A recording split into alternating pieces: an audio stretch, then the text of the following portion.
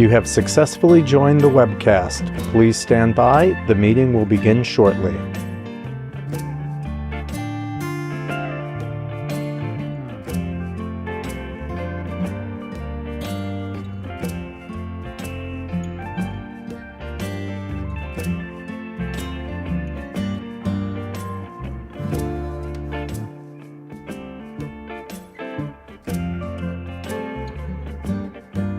You have successfully joined the webcast. Please stand by. The meeting will begin shortly.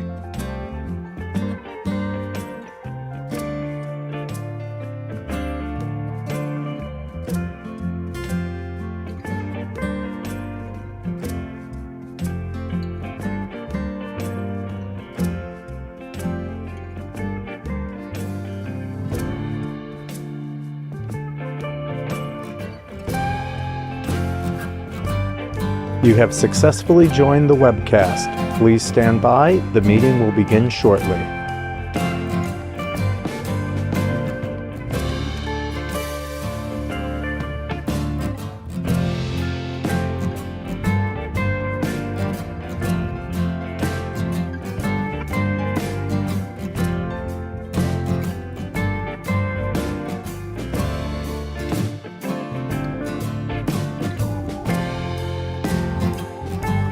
You have successfully joined the webcast. Please stand by. The meeting will begin shortly.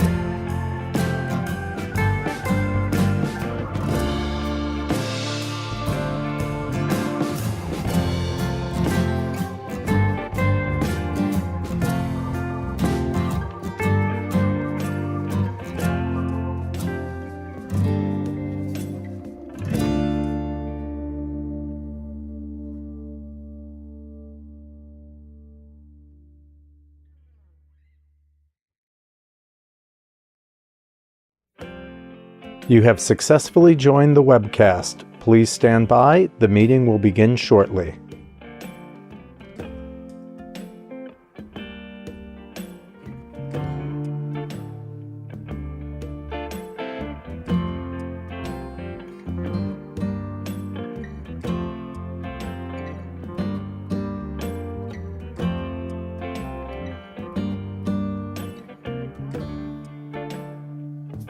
You have successfully joined the webcast. Please stand by. The meeting will begin shortly.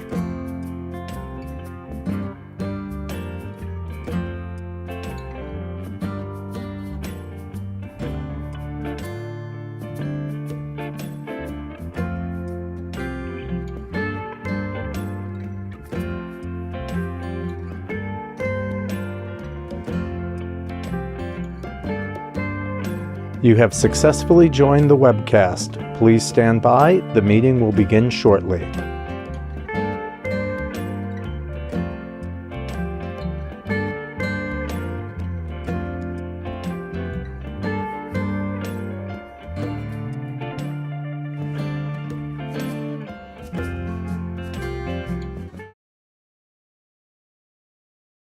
So one of the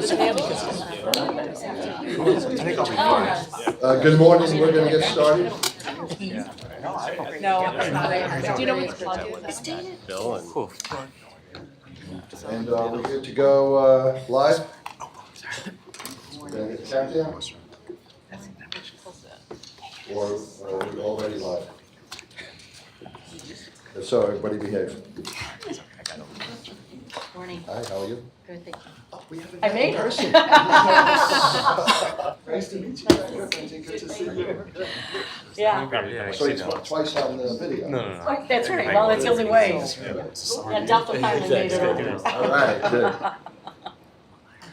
Are we good? Ron, are we good to start the meeting? Yes. Okay. Okay, thanks so much. All right. That's a director's. Yeah. I was getting this, I didn't get that. So, I thought it was like a flag being thrown down. So, well, good morning, everybody. Morning. My name is Kevin Law, and as chair, I now will call to order the meeting of the directors of the New York State Urban Development Corporation, doing business as Empire State Development for this Thursday, September 19th, 2024. Before we get started, I'll first ask board members to introduce themselves and so I could recognize a quorum, and then we'll go around the table and have the senior staff introduce themselves. So starting with my left, Hope Knight, President and CEO. Hilda Rosario Escher, Director. Benson Martin, designee, DFS. Rob. Rob Simpson, President of Center State CEO in Syracuse. Francine Del Monte, Board Member. Good. Well, Francine, welcome, and good to have you on board. Thank you. On the board. Yes, that's And very so I will recognize a quorum, and then we'll continue with Kevin, and we'll go around the table and have senior staff introduce themselves. Good morning, Kevin Eunice, COO, ESD. Noah Raymond, Chief of Staff. Jason Clark, New York State Division of Minority Women Business Development. Arden Sokolow, Real Estate and Planning. Liz Luskin, Small Business and Technology Development. Simone Bedion, Loans and Grants. Karan Mehta, Senior Director, New York Ventures. Joshua Breitbart, Connect All. Maria Mitchell, Life Sciences. Matt Ray, Treasurer. Tony D'Alessio, Deputy CFO, Controller. Orlando, Chief Financial Officer. Felisa Hawkeiser, Director of Compliance. Joshua Bloodworth, General Counsel. Linda Malavi, Regional Director, Mid-Hudson. All right. Welcome, Linda. Nice to meet you in person as well. Same here. Great. And thanks for all the other staff who's with us here today, and of course Debbie, who keeps us all in line and keeps our meetings organized. We appreciate it. So I'd like to remind staff members joining us remotely today to please mute your audio until it's your turn to speak. The public was given an opportunity to attend today's meeting and to provide comments on the agenda items. I'll state for the record that we do not have any members of the public here today. Is that correct? Correct. Correct. The public was also given an opportunity to comment on the agenda items by submitting their written comments by noon yesterday. I'll state for the record that no comments were received from the public regarding any of today's agenda items. As always, the directors received the written materials in advance of today's meeting and, of course, are free to ask questions at any time during the presentations. I will ask directors whether anyone has any potential conflict of interest with respect to any of the agenda items for today. Benson? DFS will abstain from the New York Ventures Venture Terrarium Healthcare Fund. Okay, let the record be noted, and when we get to that item, we'll highlight it again. And I'm going to recuse myself from item 7C regarding the loan to Quinnet, or the investment in Quinnet. Actually, Chairman, I didn't see this on the agenda when I threw it, but I think on item C, the Onramp program that Kevin is going to talk about, the extent to which there's an authorization of program guidelines, I should also recuse myself. And let the record be duly noted that Rob will Sorry, I recuse missed that. himself on that item. And again, we'll state it at the time when we're dealing with that as well. Okay, we're going to start with corporate action items. Approval of the minutes of July 18th, 2024. I will move them. Rob seconds them. Are there any comments, questions, additions, or revisions? Hearing none. All in favor? Aye. Any opposed? None. The minutes are approved. I'll now hand it over to Hope Knight, our President and CEO, to provide her President's report. Thank you, Kevin, and good morning, directors. I hope everyone enjoyed a great summer, and maybe you even enjoyed a New York State getaway.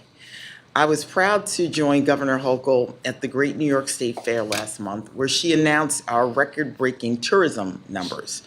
Last year, New York State welcomed more than 306 million visitors who spent over $88 billion. That generated more than $137 billion in direct economic impact.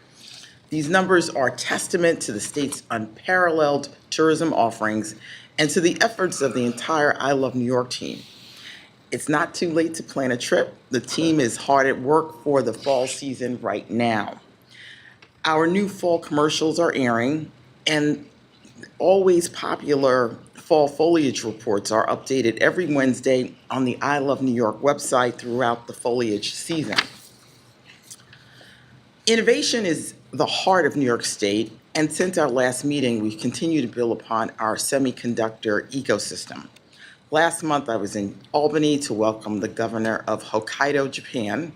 I was joined by Dave Anderson from New York Creates to sign an MOU with Governor Namaichi Suzuki. Together, we are advancing the shared goal of strong and global semiconductor ecosystem anchored by high-tech R&D hubs. The partnership will enhance cooperation and deepen links between the Albany Nanotech Complex and Rapidus, a growing Japanese semiconductor firm under construction in the Hokkaido Prefecture. I also attended a milestone event at Edwards Vacuum site in the Finger Lakes region with Senate Majority Leader Chuck Schumer. Edwards is a major supplier of semiconductor manufacturing, and the company is in the first phase of more than $300 million of an expansion in Genesee County. Once completed, the project will add 600 new jobs, good-paying jobs in the region. Lastly, I was in Syracuse earlier this month for the governor's Future Energy Economy Summit. This event outlined the next steps needed to plan for a growing energy demand while supporting the state's commitment towards a zero-emission electricity system. I moderated a panel with representatives from Micron, National Grid, and other companies. By inviting public and private stakeholders to the conference, New York State heard from different voices as Governor Hochul's administration works to meet our bold climate goals, while also supporting sustainable economic growth. And with that, I conclude my president's report. Great. Well, thank you, Hope. I don't know if you know this or if we have somebody who oversees the I Love New York campaign. Are our tourism dollars sort of spread out pretty equally over the 4 seasons? Because I know, especially on the island, everyone thinks it's all about the summertime, but the fall is just like crazy, with all the vineyards and farms and breweries and things like that. And then I know upstate has the skiing too, and the spring is beautiful. So are we pretty equally divided, or do we still get bulk of our tourism dollars during the summer? Summer's still a bit more, but fall and winter are a big focus on fall and winter. Rich, I'm sorry, can you speak up? Yeah, there's a big focus on fall and winter. Summer is a slightly more, but it's not like we ignore fall. Fall and winter is a significant seasons for us. We're seeing that through the research. We're seeing that through the numbers. In the past, it was more all about summer, but that goes back probably 6-7 years. But since then, winter and fall are a big focus for us across the state, across the region. Skiing, we've done more focus recently on specific activities during those seasons. We've done more focus on skiing, focusing on fishing. So we're kind of pinpointing a little bit more with our digital dollars, as in conjunction with the broader brand that's spread relatively evenly across the seasons. Great, thanks, good to hear. Yeah. All right, anybody have any questions for Hope? All right, thank you, Hope. We'll continue with the agenda. We have a corporate action item. We have Matthew Bray, our treasurer here, who has a report to present to us. Thank you, Chairman, and good morning, directors. Public authorities law requires annual approval of ESD's investment report, which details the investment guidelines, results of the annual audit, and the investment performance for the fiscal year. For the 2024 fiscal year, average investments totaled $6 billion, with an average maturity of 102 days and an average weighted yield of 5%. The portfolio reflects the primary investment objectives of preservation of capital, liquidity for payment obligations, and return on investment. Investment earnings increased from $114 million in FY23 to $301 million in FY24, primarily due to the increase in interest rates, and secondly, to an increase in the average amount invested. Of the interest earnings, approximately $232 million is in funds restricted for debt service and debt defeasance, and subject to DOB authorization. An additional approximately $38 million is in restricted program and project funds, and the remaining approximately $31 million was used to support ESD operations in the fiscal year. The full report contains the detailed information, and please note that we are not proposing any changes to the investment guidelines at this time. Your approval of the investment report, including the investment guidelines, is requested. Thank you. Happy to answer any questions. Great, thank you, Matthew. Matt, refresh my recollection. all the monies that we receive in investments go back to the state. We do that on behalf of the state. ESD doesn't get to keep them, or do we get to keep some of it? We get to keep some. There was the 31 million that was used for our operations, so that we get to keep. And there was the program project funds, which stay in those program and project accounts and can be used on those in some cases. But the bulk of it is, goes back to the state. Goes back to the state. DOB's money, yeah. Great, thank you. Anybody else have any questions for Matthew? All right, and his report and guidelines need our action. So I will move this. Hilda seconds it. Any other comments or questions? All in favor? Aye. Any opposed? None? The motion carries. Thank you, Matthew. Mr. Yunus, another corporate action item. Yeah, hey, good morning. I guess I'd like to know for the record that I'm presenting this item without the benefit of ongoing caffeine. Please forgive me if I miss a beat or two. Thank you. Is that intentional? Intentional? Just to see if I can do it. Oh, okay. You know, just testing myself. We'll watch it. We'll watch it. So the directors are being requested to authorize the adoption of program guidelines for the One Network for Regional Advanced Manufacturing Partnerships, or Onramp, the Onramp program. The Onramp program will help fund 4 new workforce development centers in upstate New York, including a flagship facility in Syracuse, through a $200 million appropriation in the fiscal year 25 budget. Onramp will support the state's goal of growing skilled workers to serve the increasing demand for workers in the advanced manufacturing and adjacent industry sectors. To achieve this, Onramp will catalyze partnerships between employers, educational institutions, community organizations, and local governments. Each center will build the skills of the local labor pool, connect employers with the skilled workers they need, and develop sustainable access to training, apprenticeships, and employment for disadvantaged populations. All this within the framework of access and equity, and the wraparound services necessary to support that access and equity and alignment with industry needs. We'll establish 4 workforce centers, including 3 chosen competitively. For the 3 chosen competitively, Onramp grant funding will cover first, grant funding to cover planning, 2, a portion of operational expenses related to the curriculum development and provisions for trainee support services, and 3, a portion of the capital costs associated with the center. The 3 competitively awarded Onramp centers will be eligible for $300,000 for planning, $20 million for operating, and $20 million for capital. In addition to the program guidelines, the board is being requested to authorize the 3 planning grants in the amount of $300,000. When we have selected the 3 applicants, the 3 successful applicants, and we'll return to you for approval of the grant specifically to them in the future. I'm happy to answer any questions. Anybody have any questions for Kevin on the on-ramp guidelines that were previously shared with us?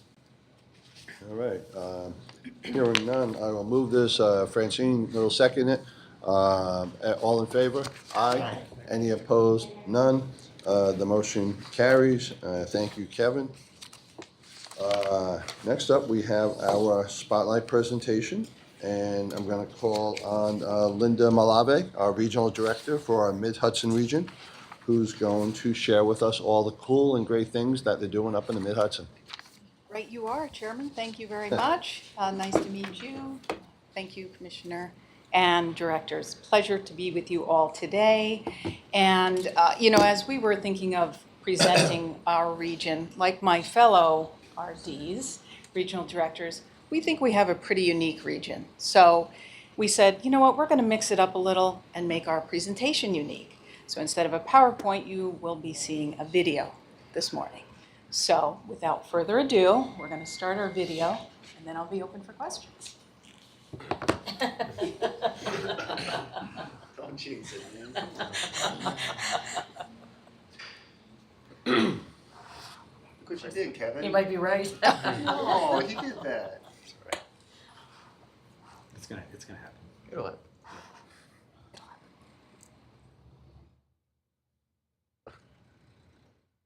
There you go. There you go. What do the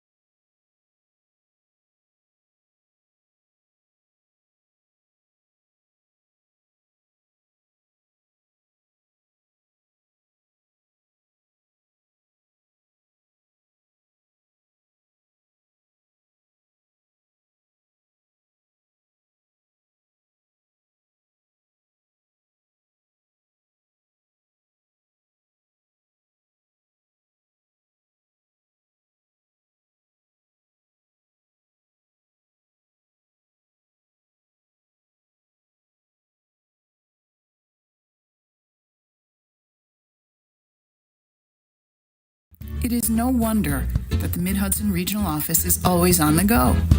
Our team is laser focused on providing the best support for our businesses, communities, and our Regional Economic Development Council. Omaira Vasquez, for instance, is responsible for all things Mid-Hudson Regional Economic Development Council, as she is the Deputy Director. Our team of originators each have a geographic area that they work with and connect with businesses that want to expand or establish their operations in our region. Monique Legendre is our Senior Project Manager who covers Sullivan and Ulster counties. Eric Warren is our Senior Project Manager who stays busy with Putnam, Rockland, and Westchester counties. Matthew Teglash is our Project Manager who handles Dutchess and Orange counties. Paige Banfield, our Project Associate, is a jack of all trades and provides support for the project management team and the Regional Director. And Eileen Hughes keeps the office running smoothly as our Executive Assistant and Office Manager. We also have other esteemed colleagues working at the Mid-Hudson Regional Office from ESD's Loans and Grants Department, MWBE, Global New York, Strategic Business Development, and the Executive Chamber. And of course, there is me, Linda Malabi, Regional Director of the MHRO and Executive Director of the Mid-Hudson Regional Economic Development Council. The work we do is made possible through the efforts of our Mid-Hudson Regional Economic Development Council, co-chaired by Dr. Marcia Gordon, President and CEO of the Business Council of Westchester, and Dr. Christine Young, President of SUNY Orange. Our council consists of experts in a wide breadth of industry areas. They are instrumental in reviewing, analyzing, and scoring the applications which come through our office for incentives. Since the start of the CFA in 2011, ESD, with the assistance of the MHRADC, has invested $674 million through 1,183 awards and a total project cost of over $6 billion. The Council's vision and strategy has helped regional employers create and retain over 46,000 jobs throughout our 7 counties. Each volunteer member brings their own unique insights and areas of expertise to help drive our vision forward. What is that vision exactly? Here in the Mid-Hudson region, we envision vibrant community centers that stand out as attractive places to live, work, and play. Let's take a look at some projects that truly embody our live, work, and play strategies. Initiated in 2023, the Mid-Hudson Momentum Fund is a great example of our live strategy. Governor Hochul allocated $150 million for mixed-use housing and infrastructure projects that address the critical need for increased housing in the region. The first round of the Mid-Hudson Momentum Fund has resulted in 14 projects being awarded, totaling over $75 million, with total project costs equaling over $700 million and resulting in the creation of over 2,600 housing units. As part of our work strategy, Regeneron sets the bar in the life sciences industry, investing over $1.5 billion at their existing headquarters and R&D campus in Tarrytown in Westchester County. Regeneron played a key role in the COVID-19 response efforts and was uniquely positioned to face the public health crisis. The company is a major employer in our area with above-average salaries and continues to make advancements in the life sciences industry. Back to the Oscars. Did you know that they are made just down the road from our office? The MHRADC has been proud to support UAP, or Urban Art Projects, a consultancy, design, assist, and workshop for creatives around the globe, bringing visions to life at an impressive scale. As an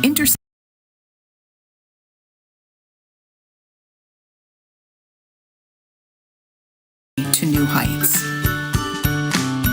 Our play strategy has been the focus of one of our largest investments, Legoland New York.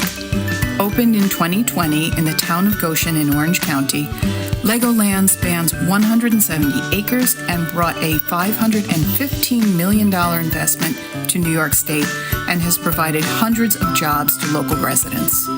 New York State, through a variety of grants, has invested over $25 million in Legoland New York. And we're excited to see what comes next as the park continues to expand.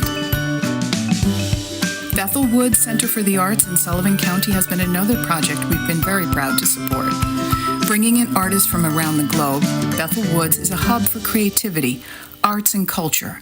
This year's schedule features Hosier, Melissa Etheridge and the Indigo Girls, harvest and holiday craft festivals, mind reading and magic, and dinners with Santa. The center also features a museum detailing the history of Woodstock and community programs for all ages.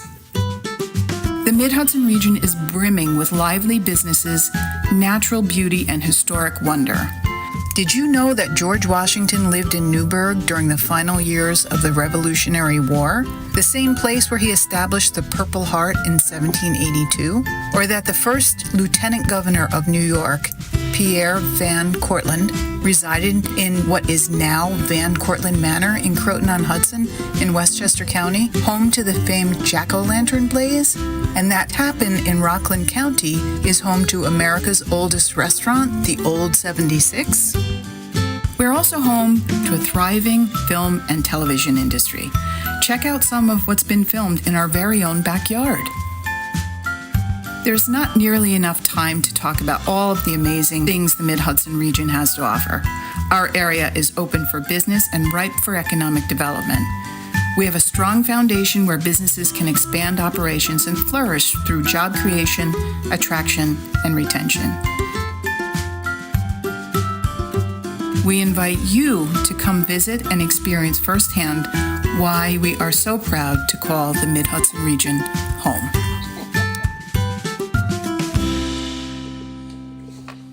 Very nice.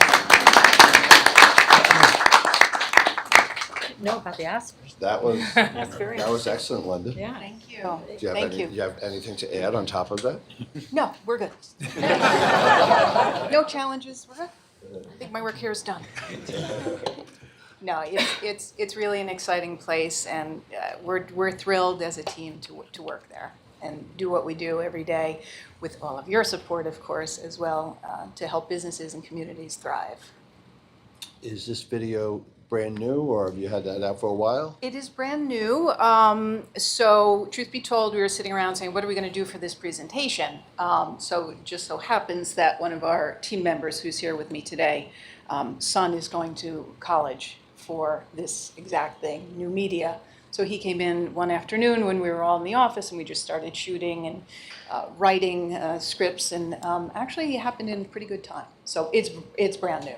Yeah, I think you need to push this on social media and to all the businesses in your region. I'm always amazed, and when I talk to folks, like smart folks, like CEOs of companies, and they're like, they have no clue what ESD does. And I try, I introduce them to various folks, and they're like, I had no idea this was going on. And like, we tend to think everybody knows everything that we're doing, and I'm always blown away by all the good things that we do, and we learn, all the board members learn about things every meeting. And I think you should assume, despite the great work you're doing, and I'm a big fan of Marsha Gordon.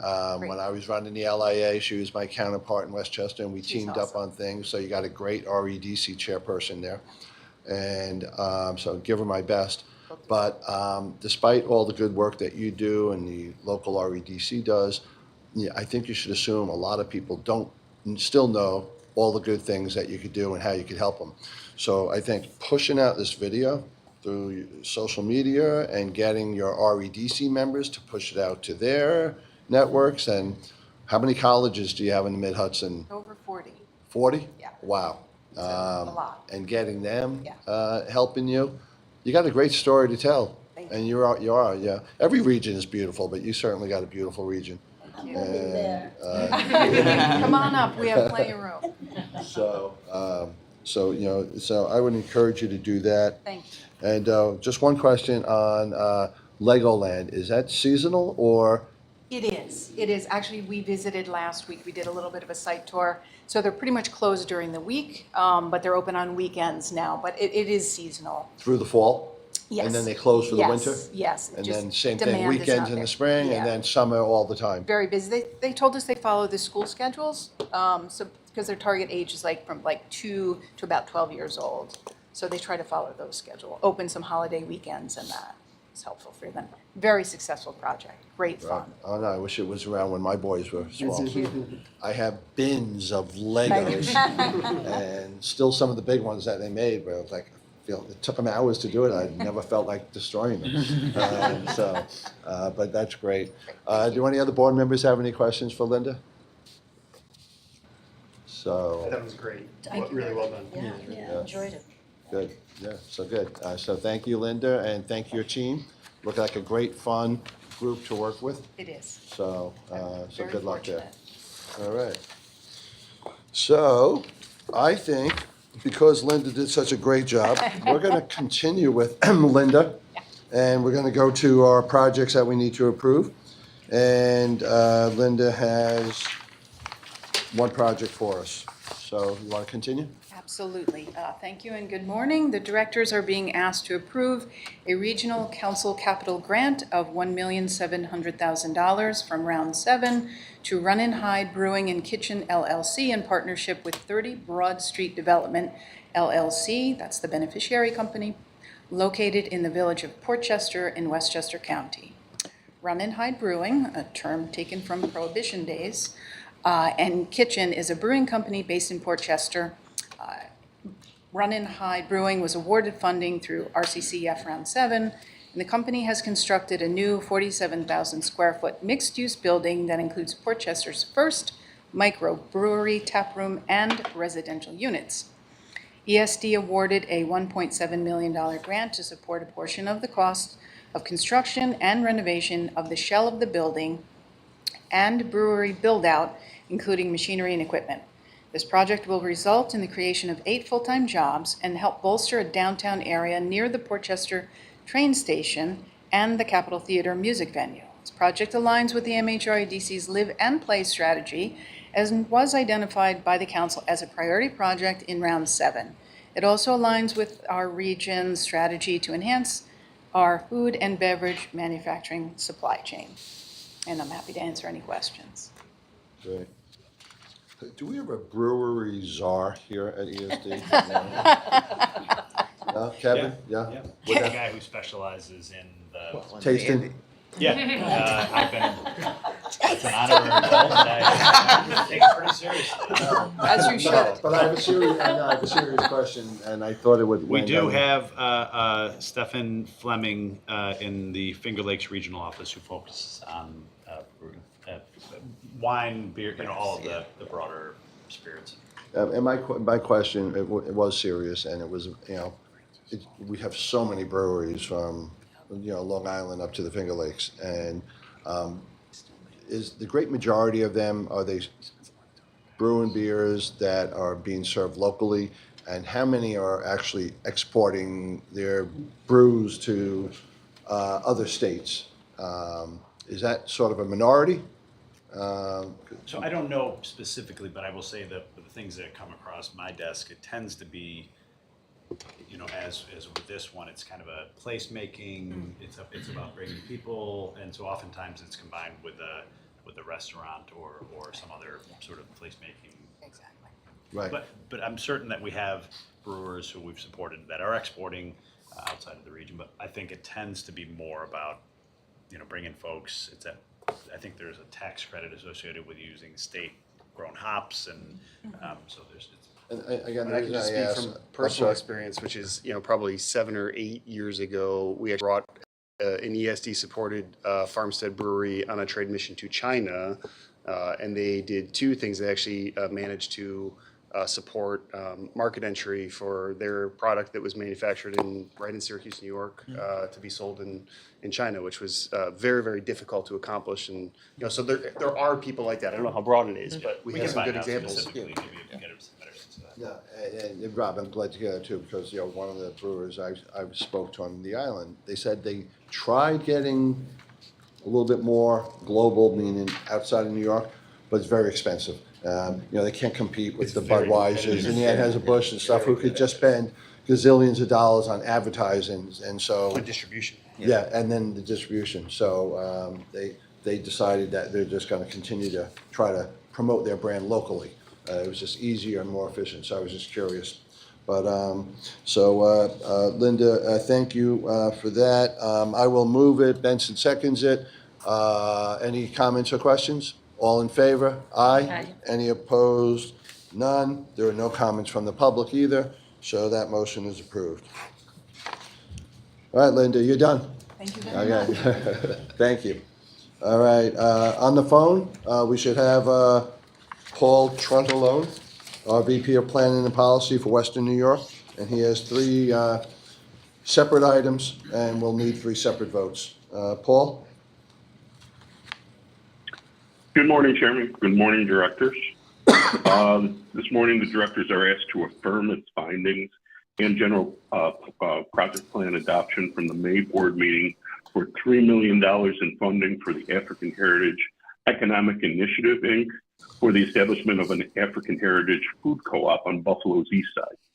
Since that May directors meeting, ESD staff noticed for and held a public hearing on June 24th, 2024. In total, 5 individuals submitted written and verbal comments. 2 of these were in full support of the project, while 3 expressed concerns about the project. Although 2 of these individuals later stated at the public hearing that they were not opposed to the project moving forward, provided there regular opportunities for public discussion and updates. And while your materials provide responses to all of the comments received, that desire for regular public information was the most prevalent issue cited.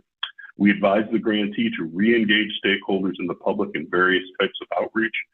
They've met that charge, including one-on-one stakeholder meetings and a series of well-attended weekly public hearings in July and August, and they pledge to continue to do so as the project is developed. Therefore, the staff is recommending at this time to affirm the general project plan and advance the project to the Public Authorities Control Board for review. And with that, I'm happy to answer any questions. Okay. Any questions for Paul? Hearing none, we don't have any comments from the public. So I will move this. Hilda seconds it. All in favor? Aye. Any opposed? None. The motion carries. Paul, continue. Okay. The directors are also asked to approve a $500,000 grant to PEMM LLC, doing business as Quicklies, from the Regional Council Capital Fund to cover a portion of capital costs associated with a roughly $11 million development of a new Quicklies travel center on Porter Road along Interstate 190 in the town of Niagara, near Niagara Falls. The center includes facilities for travelers by car, long-haul truck operators, and most importantly in the Niagara Falls area, services for motor coach bus operations, a key component of tourism access here. Given the absence of nearby fueling and services for motor coaches, operations are often required to travel to Canada or well outside the Western New York area. The new facility opened in May of this year and has now met its plan to hire at least 15 full-time equivalent employees. Therefore, ESD is now recommending that directors approve the release of funds for this project. So with that, I'll be happy to answer any questions. Great. Any questions for Joe? Paul? Hearing none. No comments from the public. I will move it. Hope seconds it. All in favor? Aye. Any opposed? None. Motion carries. Paul? Okay, the last item, the directors are asked to amend its grant and agreement with the Community Foundation for Greater Buffalo to continue to administer the Western New York Workforce Development Challenge Fund, which was originally established in 2018 as a $10 million fund sourced from the Buffalo Regional Innovation Cluster state budget allocation. This amendment would provide the foundation with an additional $3.8 million from that same source to be administered as grants to local not-for-profit organizations that undertake programs in workforce training and intermediary services in key economic sectors. In terms of the funding, the proposed amendment actually includes a deduction of $1 million for Push Buffalo's Workforce Training Center project on Buffalo's west side, which ultimately needed to be administered directly by ESD because of environmental review requirements, and the directors approved that separately, and that project opened this summer. The amendment also includes the addition of $5 million for new awards, so it's a net increase of $3.8 million being added to the fund. It is anticipated that the additional awards will be made to a series of not-for-profit grantees in advanced manufacturing and tech, currently being vetted as part of the Western New York's Regional Economic Development Council's overall workforce development strategy, which was adopted last year. The Community Foundation will continue to be responsible for grant awards, day-to-day program management, and semi-annual reporting to ESD on metrics associated with the fund. And with that, I'll answer any questions. Thank you, Paul. Any questions? None. No comments from the public. I will move it. Francine seconds it. All in favor? Aye. Any opposed? None. Motion carries. Thank you, Paul. Thank you, Chairman. We'll move over to the Finger Lakes, and we have Bridget O'Brien, our Deputy Director from the Finger Lakes Regional Office. She has 2 items, and they will require 2 separate votes. Thank you. Good morning, Chairman and Directors. Today we are asking the Directors to approve an $800,000 capital grant to the Center for Teen Empowerment from the Regional Council Capital Fund. Teen Empowerment operates 4 programs across 3 locations in the city of Rochester, training, employing, and empowering almost 50 youth each year. This grant supports the development of Teen Empowerment's newly constructed 6,400 square foot building that will serve as the organization's headquarters, accommodate a staff of 16, and provide space to convene both staff and youth from all 3 program sites, as well as provide public event programming, while also uplifting a blighted area that has faced decades of disinvestment in the city of Rochester. And I'm happy to answer any questions on this first project. Do you know these guys? No. No? All right. They do very good work in Rochester. Good. So we'll take that in the form of a motion that I second.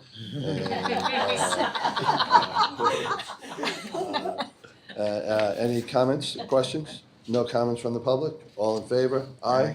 Any opposed? None. The motion carries. All right, Bridget, continue. Okay, thank you. The second project, we are asking the directors to approve a $500,000 capital grant for the National Women's Hall of Fame from the Regional Council Capital Fund, Round 6. This grant supports a portion of the costs of demolition, construction, renovation, infrastructure, site work, and soft costs for the rehabilitation of the National Women's Hall of Fame headquarters. This project renovated 4,200 square feet on the first floor to expand exhibit, meeting, office, and storage space. The grantee has also installed HVAC and a full fire protection and also an electrical power building to house important equipment. The historic knitting mill building is being adapted for reuse here and is located on the Erie Canal in Seneca Falls. It's also the birthplace of the women's rights movement. The total project cost is $5,160,000, financed by 31% of grantee equity, and the remainder coming from grants provided by other New York State agencies, including the Canal Corporation, Parks, Department of State, and DASNY.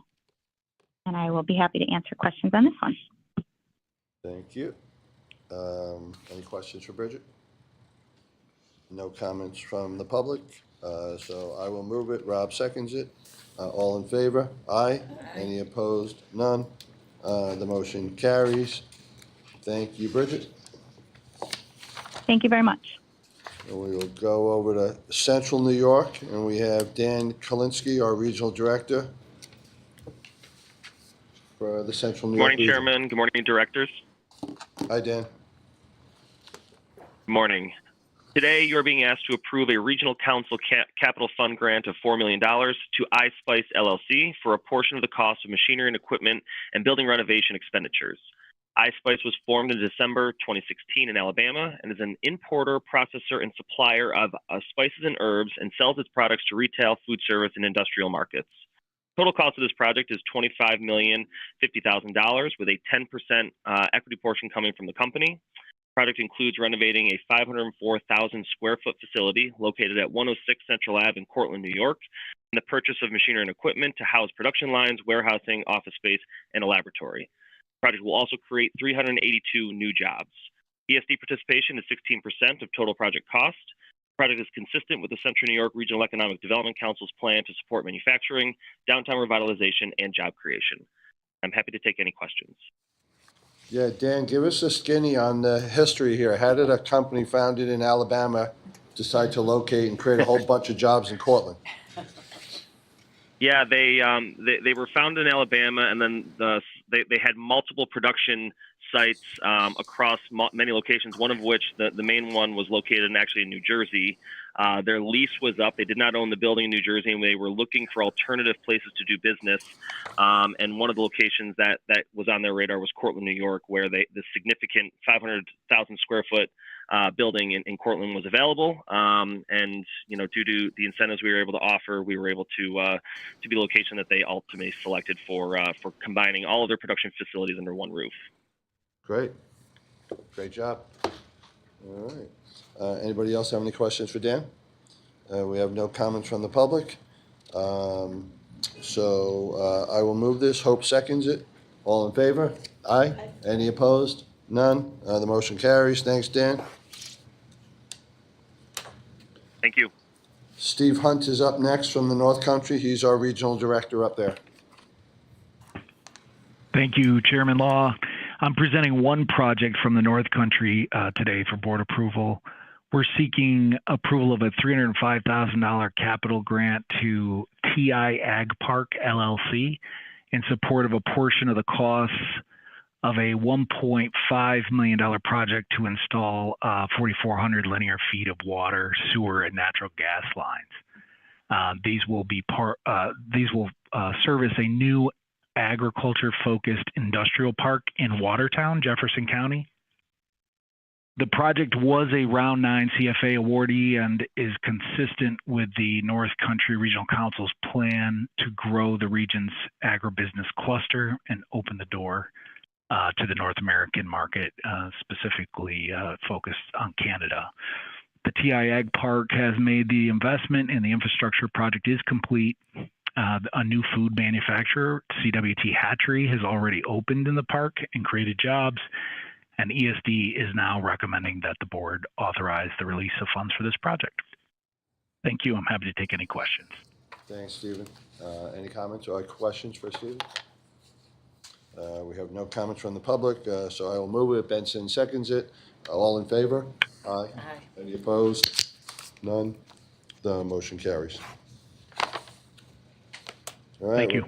Moving over to the Mohawk Valley region, we have Allison Madmoon. She's our regional director for the Mohawk Valley region. Thank you, Chairman, and good morning. The directors are being asked to approve a Round 2 Downtown Revitalization Initiative capital grant of $500,000 to the Housing Action Council to be used as a portion of site acquisition, construction, and site work for 183 West Dominic Street in Rome, or the Copper City Loft project. Housing Action Council is a not-for-profit organization dedicated to expanding and preserving housing opportunities for low and moderate income households. In April of 2022, Empire State Development approved a DRI grant with Housing Action Council Copper City Loft project, being a 70,000 square foot newly constructed mixed-use building consisting of 64 apartments with commercial space on the first floor. This infill development is located within the City of Rome's downtown corridor. The total budget for this project is $14,756,898 million. ESD participation in the project for this grant will be 3% of project costs, or $500,000. And the project is consistent with the MVREDC's strategy for creating vibrant communities through downtown redevelopment. And I'd be happy to take any questions. Any questions for Allison? Hearing none, we have no comments from the public. I will move it. Francine seconds it. All in favor? Aye. Any opposed? None. The motion carries. Allison, continue. The next project the directors are being asked to approve is a Round 12 Regional Council Capital Grant of $1 million to be used as a portion of the cost of construction for the redevelopment of 121 through 123 Hotel Street in downtown Utica. Hotel Street Owner LLC is a single-purpose limited liability company specializing in real estate and was created with a focus on developing the project location in downtown Utica. The company is rehabilitating 3 connected buildings totaling 87,000 square feet, converting the buildings into a mixed-use facility with ground floor commercial space and 72 market-rate apartments on the upper floors. The work will culminate in the preservation of one of the oldest buildings in the city of Utica. The project will also add to the residential supply and enhance the commercial footprint in the area. The total project budget is $19,760,493, and ESD's participation in the project for this grant will be 5% of project costs, or $1 million. ESD is also providing a $3 million Restore New York grant for this project, so that the total participation for ESD is 15% of project costs. The project is consistent with the MVREDC's strategy for downtown redevelopment through rehabilitation of vacant and historic properties, and I'd be happy to take any questions. Got it. Allison, the Restore New York grant goes to the municipality, though, where this project is? Or It does, yes. And the Hotel Street owner, they're getting the REDC Round 12 grant? That's correct, yes. Yeah, good. All right. Anybody else have any questions for Allison? Hearing none, I will move it. Rob seconds it. All in favor? Aye. Any opposed? None. Motion carries. Thank you, Allison. Okay, we're heading over to the Capital Region. We have Mike Yeverly, our Regional Director for the Capital Region. Thank you, Chairman, and good morning, Directors. Today, I am requesting the Directors approve a $1,306,280 grant to Capitalize Albany Corporation to support the acquisition and pre-development of property at the Liberty Park redevelopment area in downtown Albany. The funding is provided through the Upstate Revitalization Initiative grant funding provided to the region.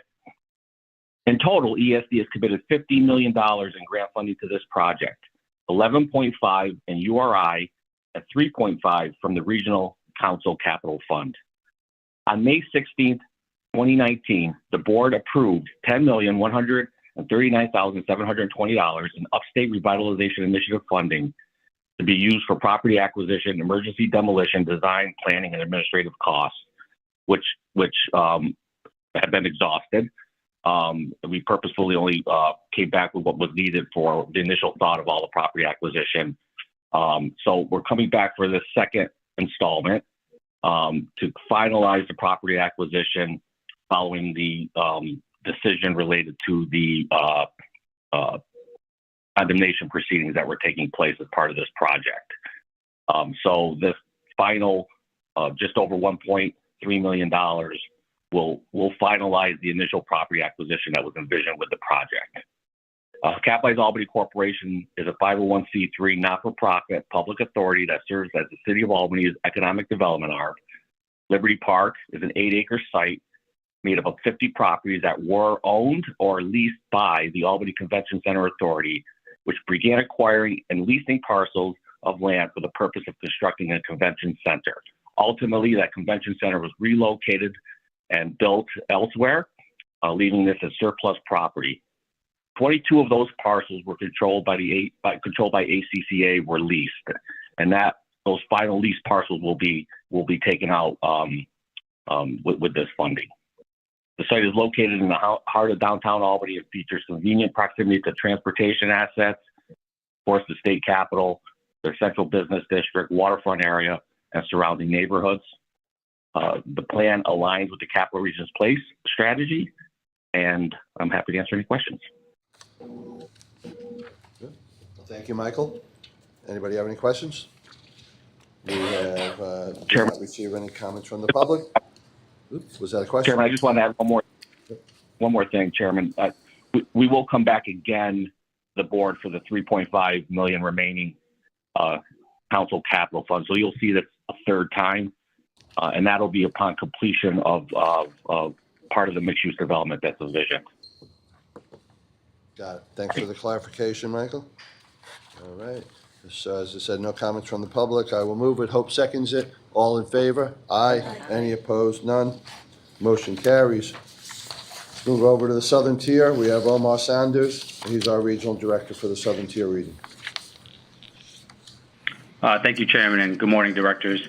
Today, I'm asking the director to approve a $15 million working capital grant to Cornell University for the second 3-year cycle of funding for the continuation of the New York Food and Agricultural Challenge, known as Grow New York, from the Upstate Revitalization Initiative, Round 1.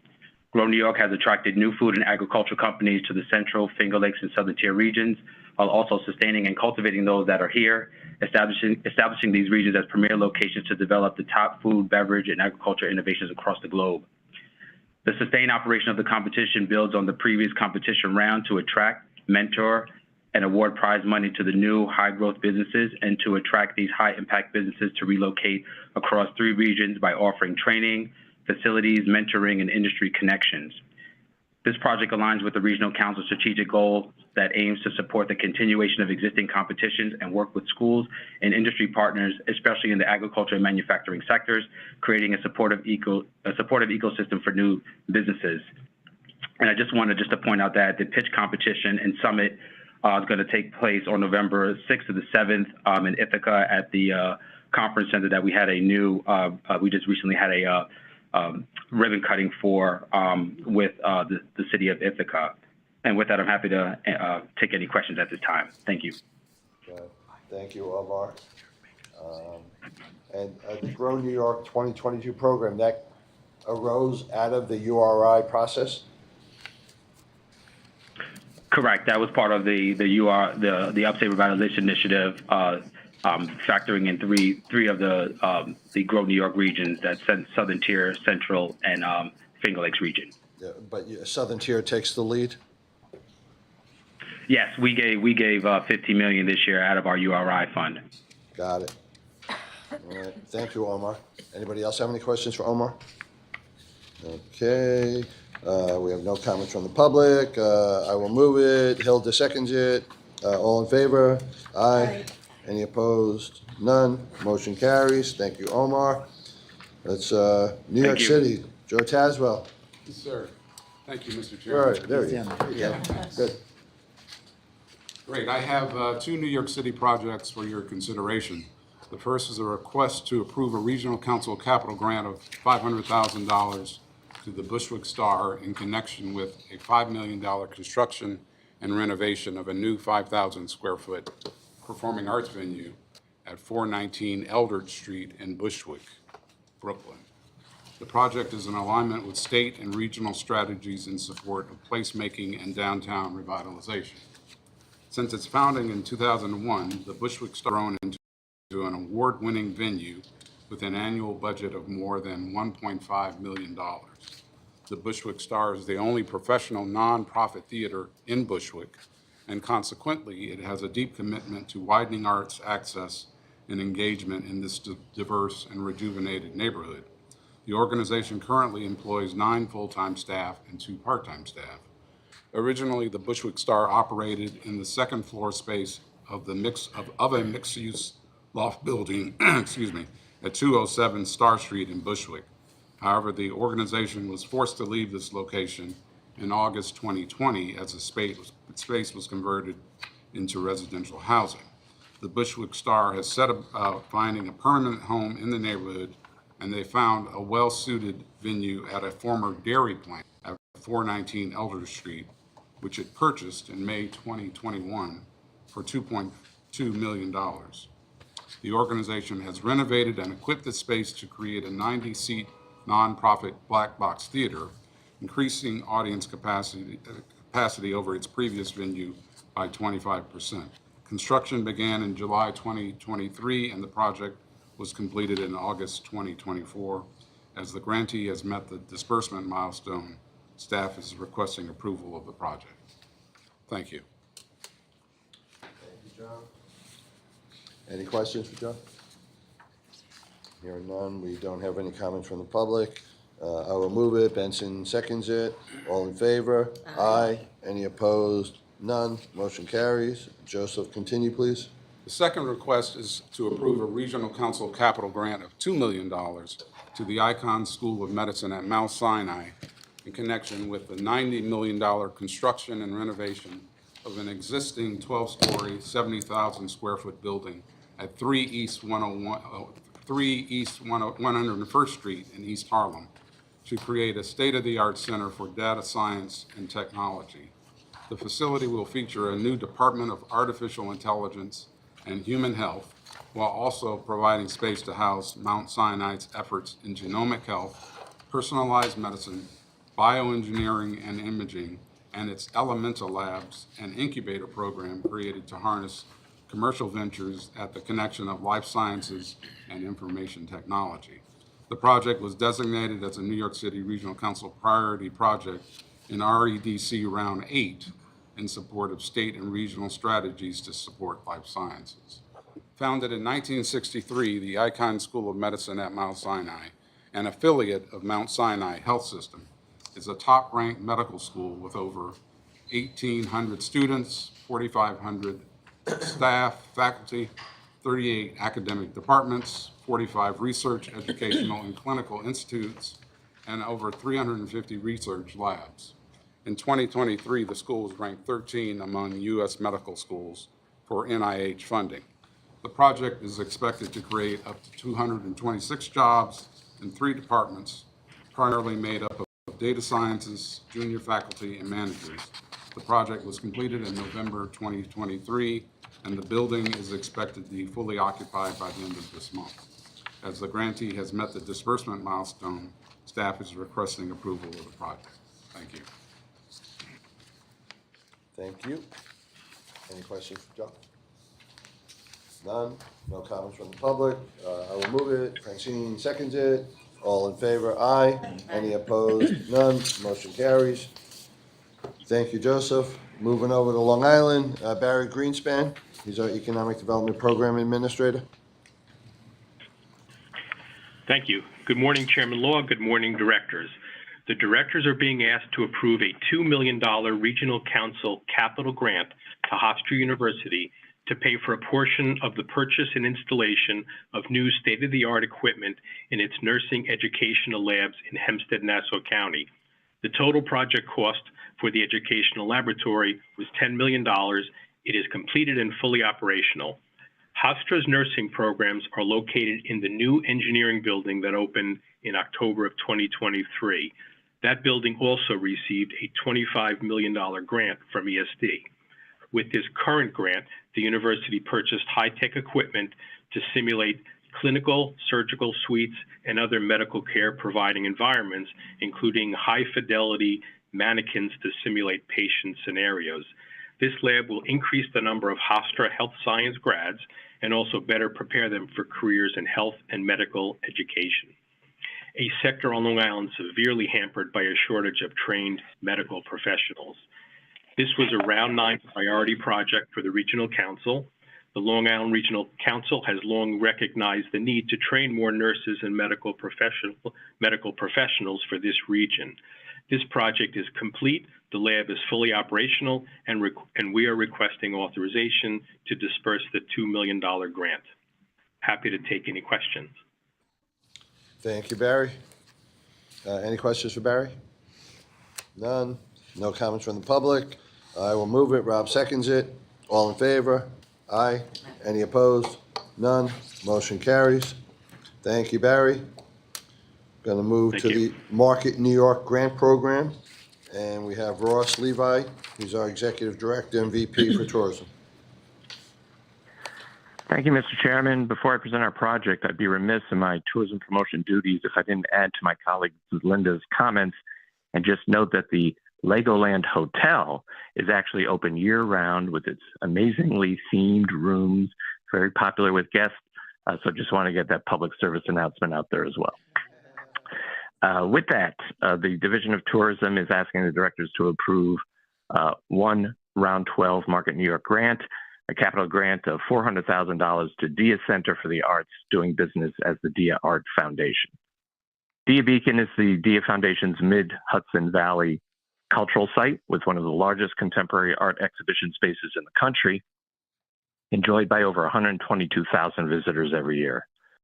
Market New York grant funding has allowed for critical capital renovations to the museum, including a facade restoration to mediate climate control and moisture issues, re-landscaping of its west garden to improve the guest experience and make it fully ADA accessible, renovation of the lobby restrooms to increase capacity and address accessibility concerns, and replacement of the heating, ventilation, and air conditioning system with upgraded and energy-efficient equipment.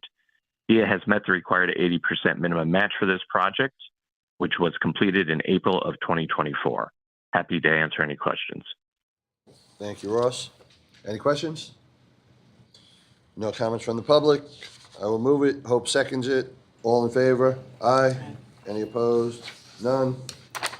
Motion carries. All right, we have Simone Bethune next. She has a couple of items she's going to present to us. First, under the Restore New York Communities Capital Grant Program. Thank you, Chairman Lowe. Good morning to everyone.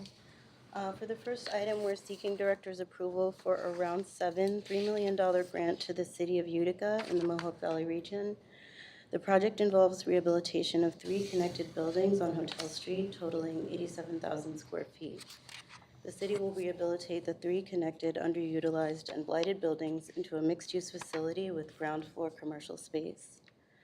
This project is also being assisted by a round 12 $1 million Regional Council Capital Fund grant to the developer, Hotel Street Owner LLC, which Allison Madmoon presented. Once complete, the Hotel Street redevelopment project will feature 72 market rate apartment units and enhance the commercial footprint in the area.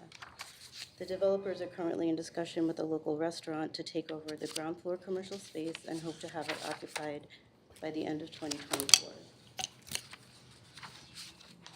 The project commenced in August 2023 at a cost of approximately $20 million. Okay, moving on to the next item, the directors are being asked to approve a $2 million grant from round 7 of the Restore New York program to assist the city of Fulton with demolition, site work, and environmental abatement of an 18,860 square foot warehouse property located at 519 South Street in the central New York region. The warehouse was identified as a neglected property that will be redeveloped to create an aesthetically pleasing multi-purpose space on the New York State 481 corridor, effectively creating a gateway into downtown Fulton. In addition, the demolition of the warehouse is being driven by planned renovations to Oswego Health's Fulton Medical Center, an independent not-for-profit healthcare system dating back to 1881 with significant economic and historic influence throughout the county. The demolition and site work on the property will allow Oswego Health to continue with its multi-phase renovation and expansion project.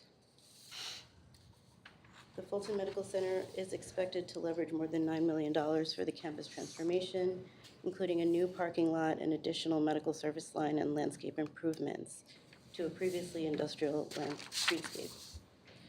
To date, the warehouse has been demolished and the site is now evenly graded. The project is anticipated to be complete in January with the ensuring contribution of approximately $1.5 million in equity to the $3.5 million project. And I can take any questions. All right. Thank you, Simone. Anybody have any questions for Simone on either of these 2 grants? We don't have any comments from the public. So I will move it. Hilda seconds it. All in favor? Aye. Any opposed? None. Motion carries. Simone now has some at the direction of projects. As a reminder, at the direction of grants, refer to those commitments listed in the New York State budget that enhance the state's communities through cultural, educational, research and development, and civic organizations. These projects originate from the governor or the New York State Assembly or Senate, and ESD is named to administer the funding. ESD does not select the recipients of funding. The directors are being asked to approve a $10 million special capital appropriation grant made available at the direction of the Executive Chamber in fiscal year 2022-23 to the New York Hall of Science for construction and installation of a new exhibit called CityWorks.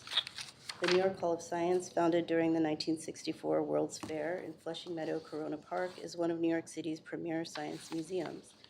The museum's CityWorks exhibit will feature a 6,000 square foot interactive exhibition showcasing the infrastructure that makes the city run, such as water mains and electrical cables.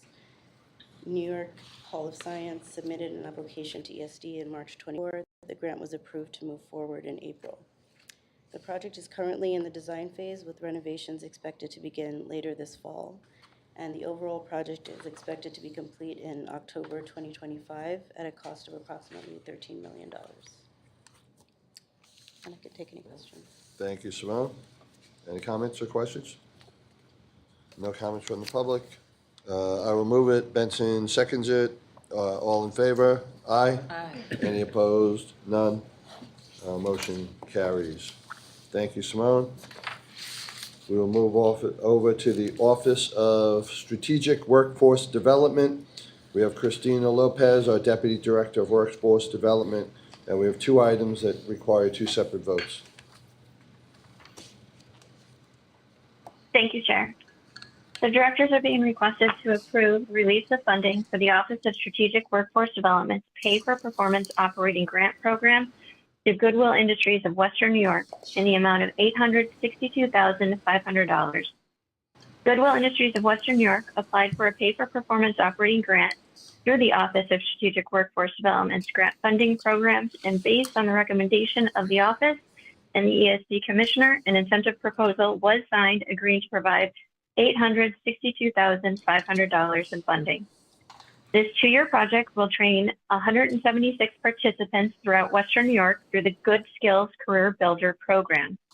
The Good Skills Career Builder is a 4-week workforce development skills training that provides workforce readiness preparation, wraparound services, and post-placement support for up to 3 years of program participants.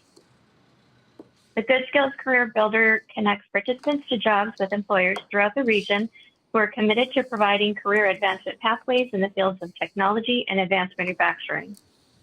Support services for this training include remedial academic services, transit access passes or rides to work sites, mobile labs, and virtual training sessions, and continuing access to a career coach for up to 3 years after job placement. We are recommending that the board authorize the release of funds for Goodwill Industries of Western New York to carry out this project. I'm happy to answer any questions. Thank you, Christina. Any questions? All right. I will move it. Francine seconds. No comments from the public. All in favor? Aye. Any opposed? None. The motion carries. Christina, continue. Thank you. The directors are being requested to approve the release of funding for the Office of Strategic Workforce Development's Pay for Performance Operating Grant Program to Trocaire College in the amount of $753,200. Trocaire College applied for a Pay for Performance Operating Grant through the Office of Strategic Workforce Development's grant funding program. Based on the recommendation of the office and ESD Commissioner, an incentive proposal was signed agreeing to provide $753,200 in funding.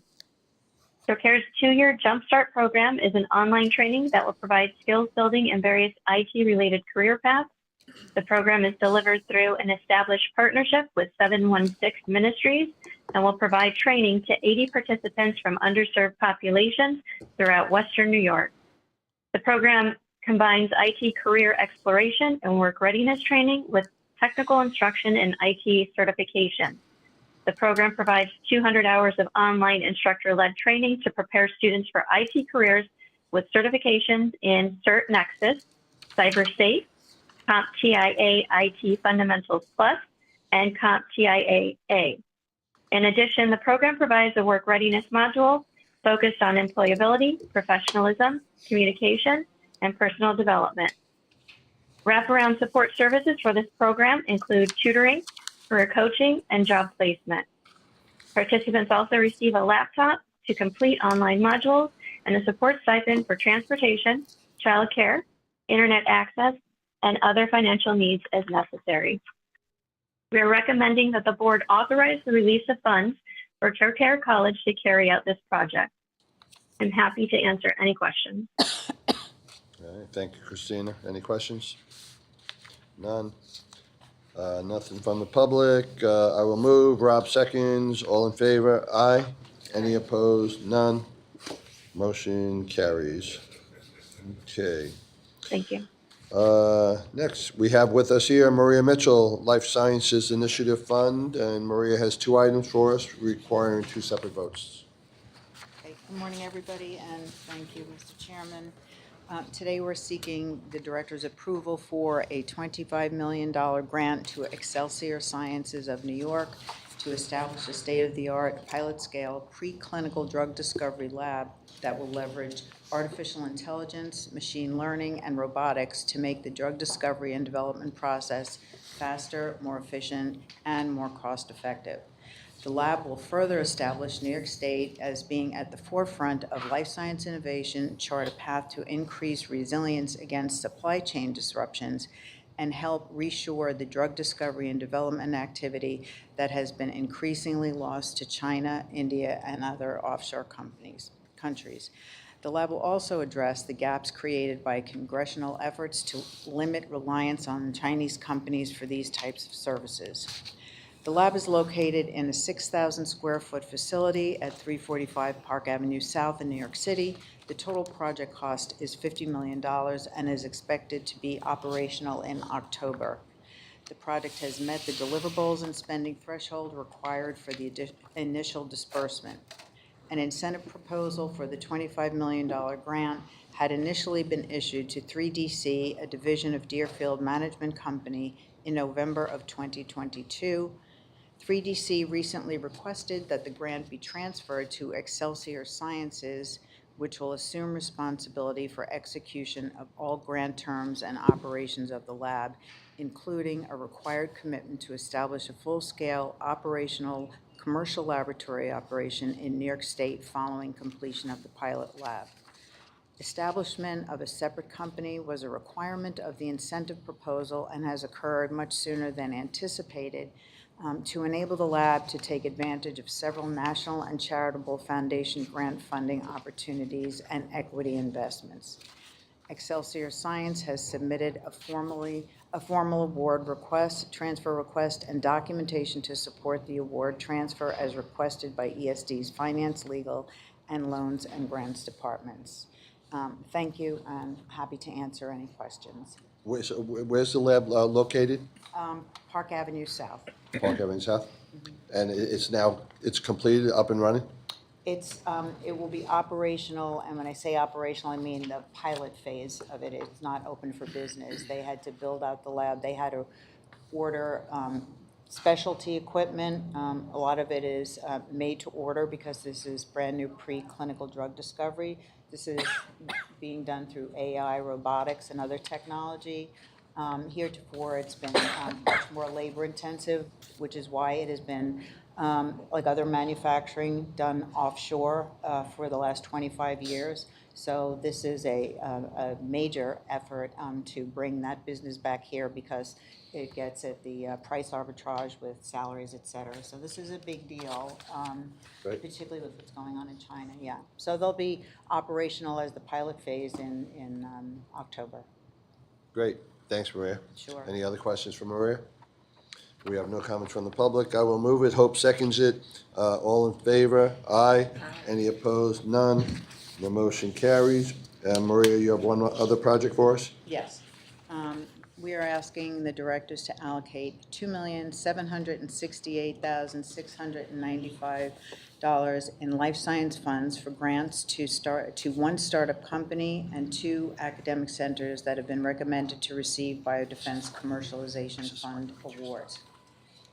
This fund, as you may remember, was created to accelerate the development and commercialization of life science innovations that address serious infectious disease threats while creating jobs and encouraging growth across New York's life science industry.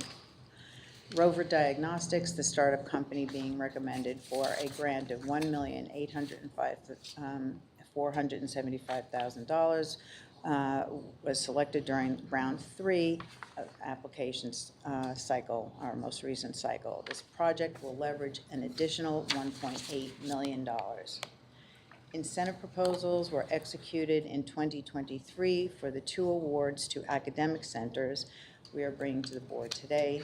One is a grant in the amount of $463,216 made to Sloan Kettering Institute for Cancer Research in round 1, and the other is a grant in the amount of $500,000 made to the Research Foundation of the State University of New York on behalf of SUNY Upstate Medical University in round 2. Each institution has now met the requirements to receive their first disbursements.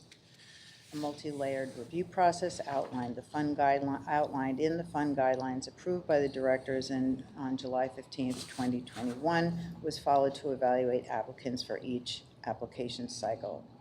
To date, Biodefense Commercialization Fund recipients have raised nearly $360 million in external funding, filed 24 patent applications, and created 25 new jobs in New York State. Thank you, and happy to answer any questions. All right, sounds exciting, Maria, thank you. Any comments? Questions? Nothing from the public. I will move it. Hilda seconds it. All in favor? Aye. Any opposed? None. Motion carries. How's that other project in the Lake Success area going? You guys getting close, Maria? Yes, there is. By the end of the year or early next year? We should know what we're doing before the end of the year, yeah. Cool. Keep me posted. Thanks. All right. Joshua Breitbart, I saw him here. Yeah, there he is, behind Maria. Hi, Josh, you got a couple of things for us? Yes, thank you, Chair, President Knight, and members of the board for the opportunity to bring this matter to today. The Connect All office is requesting the directors authorize 5 grant awards and the corresponding general project plans through our municipal infrastructure program. These are the first grant awards issued under the program, which is funded through the Coronavirus Capital Projects Fund, administered by the U.S. Department of Treasury. As a reminder, the program provides grants to municipalities, nonprofits, and other entities to construct open and accessible public broadband infrastructure to serve thousands of homes in other locations statewide. As noted in the materials, the directors are being requested to authorize grants in the total amount not to exceed $63,094,175.30 to construct broadband infrastructure in the counties of Franklin, Essex, Livingston, Shenango, Tompkins, Schuyler, Steuben, Tioga, and Chemung. These projects are consistent with Connect All's mandate to develop robust and equitable broadband services. The individual grantees, grant amounts, and project descriptions are enumerated in the director's materials. I'm happy to take any questions. We could do all of these in one vote, all these grants, correct? Yes. Great. All right. Anybody have any comments or questions for Josh? No? All right. We have no comments from the public. I will move it. Benson seconds it. All in favor? Aye. Any opposed? None. Motion carries. Thank you, Josh. Thank you. All right, getting towards the end, New York Ventures, we have 3 items, 3 separate votes, and the first 2 will be from Ryoko. Good morning, directors. We are requesting that the directors authorize an investment commitment from the State Small Business Credit Initiative, SSBCI's Emerging and Regional Partner Program Fund. This is a $102 million program using federal SSBCI funding to provide equity investment for venture capital fund managers who invest in high-growth New York State companies. We invest in VC funds led by emerging managers or those focused on underserved regions of the state. Subsequently, the fund managers invest our capital into multiple startups alongside private funds. New York Venture staff conducted evaluation of each application, and applications will be reviewed until the funds are exhausted. This program was authorized by the directors in 2022. Then the directors approved investment commitments to 8 fund managers at the previous ESD board meetings. Today, we propose investing in Broadway Venture Partners for up to $3 million. Broadway Venture Partner is a New York City-based venture capital firm that invests in high-growth technology companies that advance commerce through marketing technology, improvement in supply chain, and advanced fintech. It is run by a diverse emerging manager who has extensive venture investing experience with mature venture capital firms. The manager has strong domain expertise in the commerce market and a tight network of industry partners, which are highly valued by startups he invests in. This is the manager's first fund. New York Ventures conducted the due diligence on Broadway Venture Partners, and we concluded that investing in this fund will support the innovation ecosystem in New York State. We recommend that the directors authorize this investment. Thank you, Ryoko. Anybody have any comments or questions? Nothing from the public. I will move it. Francine seconds it. All in favor? Aye. Any opposed? None. Motion carries. Next. Thank you. We are requesting an investment commitment from the Community and Regional Partner Program Fund. This is a $52 million program, and it also uses federally allocated SSBCI funds.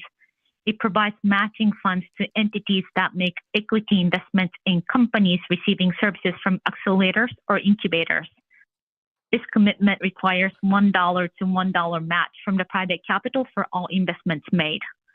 The Community and Regional Partner Fund was authorized by the directors in 2022 also. The directors approved investment commitments to 4 programs to date. Today, we propose investing in one fund manager from this program.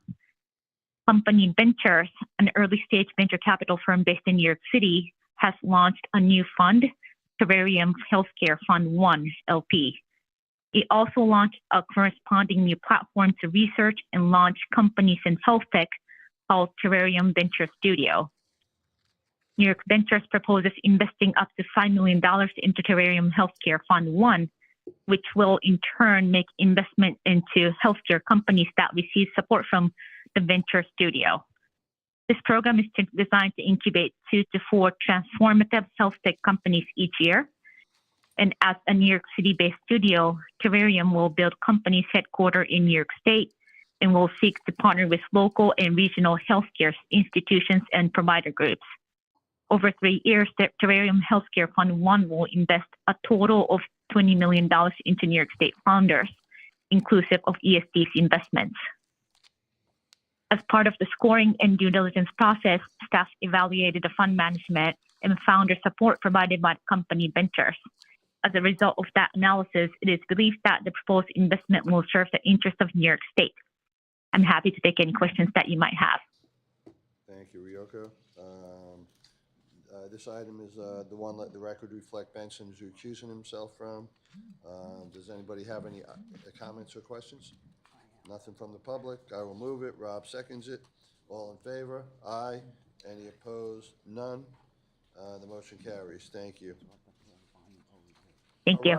Karan, you're up next. Thank you. Good morning, everyone. We are asking the directors for approval of an investment of up to $1 million into a convertible note for QNect.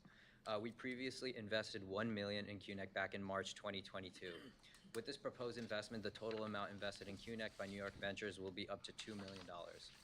QNect is a quantum networking company that enables secure communications over existing fiber optic cables. The company's products are designed to transform existing telecom infrastructure into quantum secure networks without the use of expensive and complex cryogenic refrigeration systems typically required for quantum infrastructure. They made significant progress since our last investment. It is a diverse-led team, and the company originally formed as a spin-out of Stony Brook University. The company has 21 employees and is headquartered in the Brooklyn Navy Yard.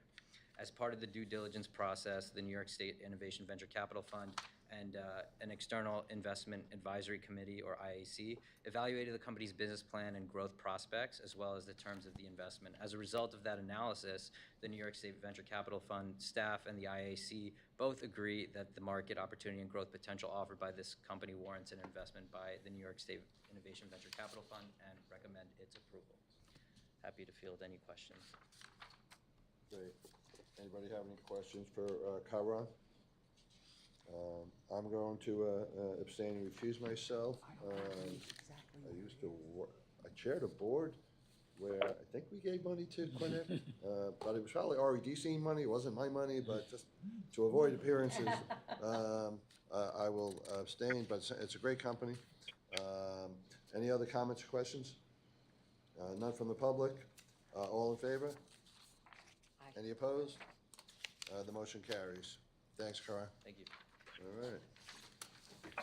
All right, Doug Janice, you're a batting cleanup. Doug is our Thank you, Chairman. Good morning, directors. As a reminder, in order to help streamline our board meetings, we implemented an oral summary presentation process in connection with the administrative action section of the agenda. So you received a full set of the written descriptive materials for each of these items in your board materials, but rather than having individual oral presentations made on each, I'm going to provide you with a brief summary of all the items. At the conclusion, we can take any questions or comments that you might have, and then you'll do one single vote to approve. The 9 administrative action items this month are summarized as follows. Item 8A is relative to authorization to make statutory payments pursuant to the New York State Electric Generation Facility Cessation Mitigation Program. The board is being asked to approve 4 payments pursuant to this program. These payments will offset reductions in property tax revenue to 4 local governmental entities due to the closure of an electric generating facility in their respective jurisdictions. The first payment is to the town of Lansing in the amount of $22,788.31 and is due to the closure of the Cayuga electric generating facility in November of 2019. The final 3 payments are all due to the closure of the Indian Point electric generating facility in April of 2021. The first is to Westchester County in the amount of $1,940,087.15. The second is to the Village of Buchanan in the amount of $882,359. And the third is to the Mid-Hudson School District in the amount of $12,578,031.60. Approval of these payments will bring the total disbursements from the funds to approximately $96.7 million of the $140 million authorized for the program, leaving a program fund balance of approximately 31%. Item 8B is relative to authorization to amend a contract with Lyro Hill for field inspection and related services for the Connect All offices. The Connect All office is seeking authorization to amend a contract with Lyro Hill.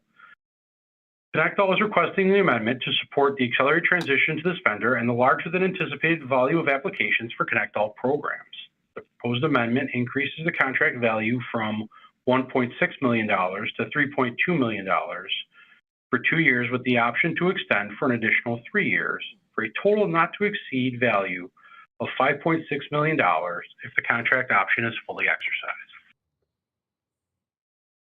Item 8C is relative to authorization to amend a contract with Land Air, Inc. for compliance monitoring services for the Columbia University Educational Mixed-Use Development Land Use Improvement and Civic Project. Directors are being asked to approve a discretionary purchase contract with Land Air, Inc., a New York State certified MWBE, to provide compliance monitoring services for the Columbia University Educational Mixed-Use Development Land Use Improvement and Civic Project for a period of 18 months and an amount not to exceed $500,000. These contract costs will be paid directly by Columbia University with no out-of-pocket expense for ESD. Land Air serves as ESD's current compliance monitor for this project, working to ensure that the university meets its long-term project obligations. This authorization would allow ESD staff sufficient time to prepare and conduct a new competitive solicitation for GPP monitoring services in the next calendar year. Item 8D is relative to authorization to entering into a consulting contract for services in connection with trade and foreign direct investment between New York and various foreign markets for Global New York Consulting Services. Global New York and the Strategic Business Division are seeking approval to enter into a 5-year, $12.4 million contract with OCO Global to assist in operating ESD's 15 international offices. These consultants will assist New York businesses with global exports and promote foreign direct investment into New York. The contract will run from October 1st, 2024 through September 30th, 2029.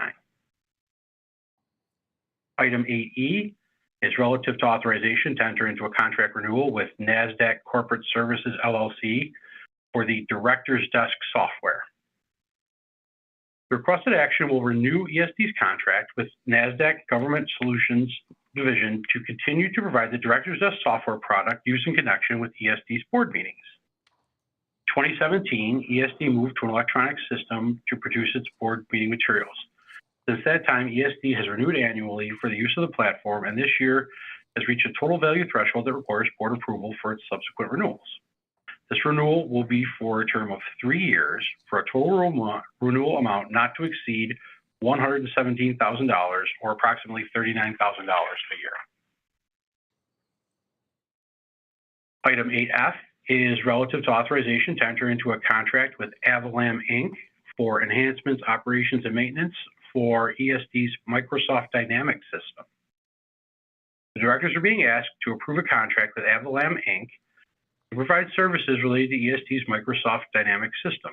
The vendor will provide system enhancements, operations and maintenance, data cleanup, training, and education and integration.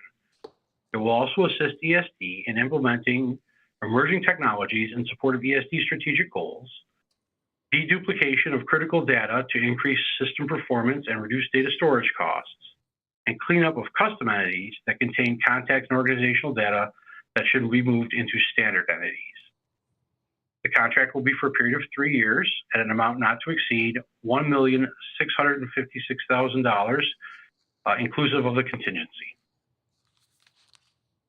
Item 8G is relative to authorization to amend the contract with Cherry Road Technologies for PeopleSoft Financials application service support.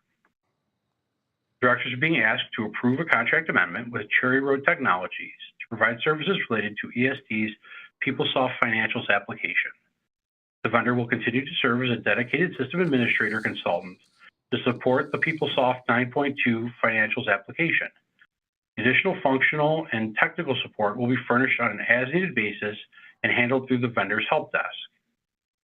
The contract amendment will be for a period of 1 additional year at a cost of $240,000, bringing the total contract amount to $489,000. Item 8H is relative to authorization to enter into a contract with Quality and Assurance Technology to provide a dedicated cybersecurity analyst / incident response engineer to the corporation. Directors are being asked to approve a contract with Quality and Assurance Technology, or Q&A Tech, to provide a dedicated cybersecurity analyst / incident response engineer to the corporation. Q&A Tech will provide this individual directly to ESD.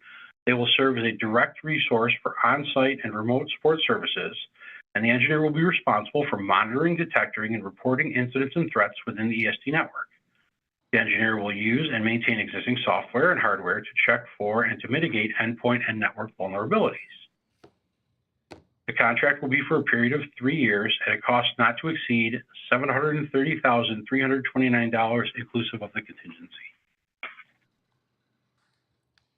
And finally, item 8I is relative to authorization to enter into a contract amendment with Quality and Assurance Technology to enhance firewall and cloud security. Directors are being asked to approve a contract amendment with Quality and Assurance Technology to enhance the corporation's firewall and cloud security to include DLP, which will help prevent inadvertent or malicious disclosure of confidential information. The contract will be for a period of 3 additional years at an additional cost of $290,161.40 for a total contract amount to date of $317,833.55. With that, I will now turn it back to our chair, who will call for any questions or comments you may have on any of these items before calling for a vote. And we also have item-related staff on the line today to take any questions. Thank you. Thank you, Doug. Yes, we'd all received the information on all these items previously, but does anybody have any questions for Doug on it? Hearing none, we have no comments from the public on any of these items, so I will move it. Hilda seconds it. All in favor? Aye. Aye. Any opposed? None. The motion carries. That's our official business for the meeting. Does any board member have any additional matters or business they'd like to raise at this point? Hearing none. We're going to meet again exactly 4 weeks from today. There are 5 Thursdays in October. Did you know that, Rob? I did not until It's just now. very rare that there are 5 days of anything in a month, but we got 5 Thursdays, and we usually meet on the 3rd, so we'll be meeting on October 17th again. So we'll see you in 4 weeks, and for those in between this and that meeting who will be celebrating, wish everybody a happy Rosh Hashanah and a solemn Yom Kippur, and we will see you in October, on October 17th. So I'll move to adjourn. Benson seconds it. All in favor? Aye. Aye. We are done. Thank you, staff, for another good job.